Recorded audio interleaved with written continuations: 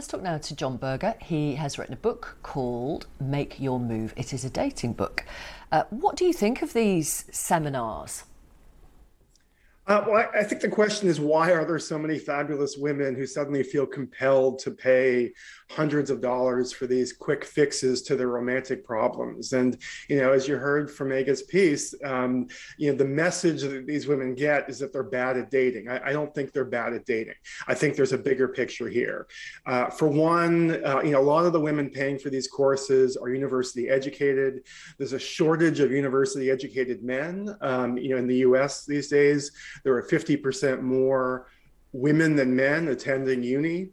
And I think the other big factor driving this demand is online dating, or at least what I would call the cesspool of online dating. I've yet to meet the woman who tells me that all the men on dating apps are so kind and so honest, and it's so easy to find true love.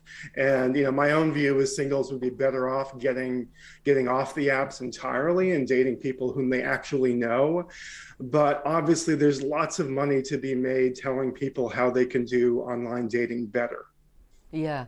So you're not a fan of these kind of courses?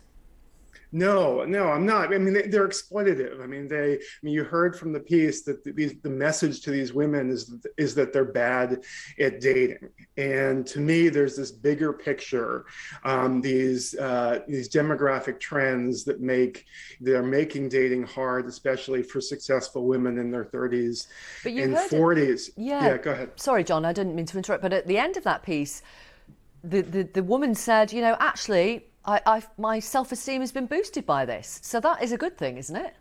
That's absolutely a good thing. But I think what they're paying for are happily ever afters. And I don't think that's what they're getting. But, I should say, there are a lot of matchmakers and dating coaches who I think are brilliant, and they have a real knack for understanding what's holding people back romantically. The problem is that the best ones can cost $1,000, $2,000, $3,000 a month, and obviously most people can't afford that. So what you end up with are these kind of love gurus who kind of sell these very impersonal solutions to personal problems.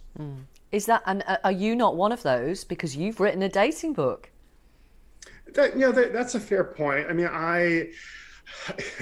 the thing is, what I'm doing, it's not some kind of a pyramid scheme in which, people spend $15 for my book and then I sell them on coming to a retreat for $1,000.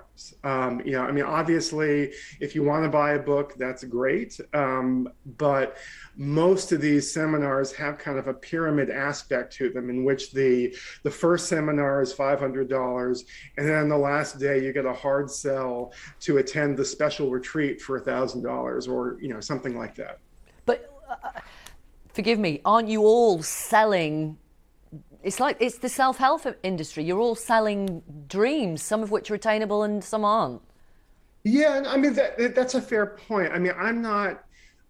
My message is not that women are bad at dating. My message is that there are these broad demographic trends making dating more difficult for educated women. And I think my message can be: you don't need a seminar for my message. My message is that that people should become more open-minded about dating people who don't have a university degree, and to get off the dating apps and ask out people they actually know in the real world. You don't need a seminar for that. Thank you for telling us it for free. Thank you very much, John. John Berger, welcome. author of Make Your Move.